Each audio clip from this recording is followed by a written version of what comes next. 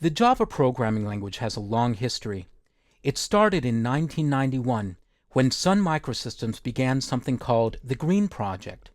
The goal of the Green Project was to create a new, portable programming language, one that could be used to create applications that could be run on multiple operating systems without having to recompile or port the code. The original name of the language was Oak, for a large oak tree that stood outside the windows of the developers' offices. But between the time the project began and the time the language was released, it was renamed as Java, supposedly because of the amount of coffee that the developers were drinking.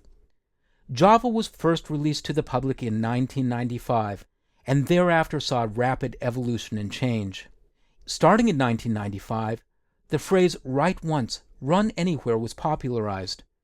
Again, the goal of Java was that you'd be able to write a program, you'd be able to compile it once, and then run it on Unix, on Windows, on Mac, and other operating systems for which there was a Java virtual machine.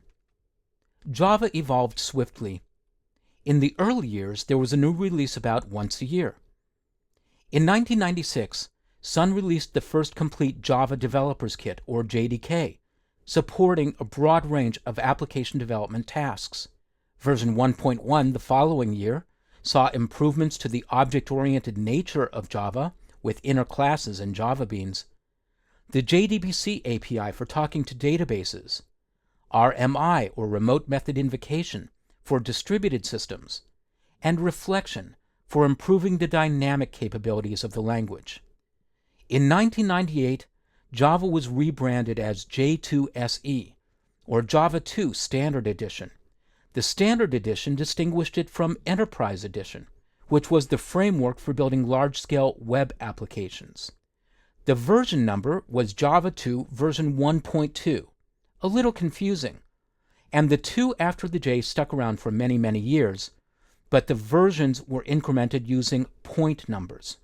Java 2 SE 1.2 included the Swing graphical API for building desktop applications, the Collections framework for managing multiple data elements, and new tools including the just-in-time compiler and the Java plugin, which standardized the version of Java across web browsers.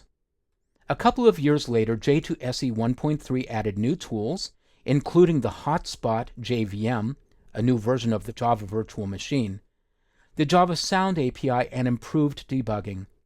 In 2002, version 1.4 added new tools in the language, and then in 2004, a major new release came out, J2SE 5.0. This version was known both as 1.5 and 5.0, but subsequent new releases would just use the major numbers, so it would become 5, 6, 7, and so on. J2SE 5 was a major new change for the language. A new feature called generics was implemented that let you strongly data type collection elements. Enumerations, variable arguments, and looping with for each were all improved. And in terms of language syntax, this was really the last major change to the language. Everything since then has been nibbling around the edges.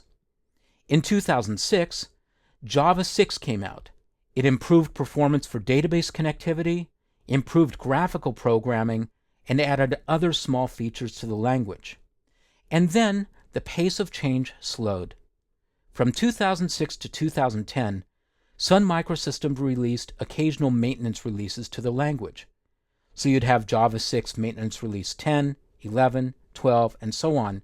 And as of this recording, Java 6 maintenance release 29 is the most recent version of that version of Java. Then in 2010, a major event occurred. Oracle bought Sun. Sun Microsystems and all of its assets, including the Java programming language, became a part of Oracle. And as of the time of this recording, Oracle Corporation manages Java along with JCP, the Java community process that Sun began. In 2011, J2SE 7 was released. It included minor changes in the language, listed here, and some other small-scale tools. And we're expecting another version of Java down the road, possibly known as J2SE 8, and it would include many things that were deferred from the version 7 effort, including something called lambda expressions, or closures. If you don't know what those are, don't worry about it. They're not currently a part of the Java language. So that's what's happened in the world of Java since it began. Java has been around in strength since 1995, and it's been used in a lot of programming environments. And I'll talk about some of those programming environments in the next video.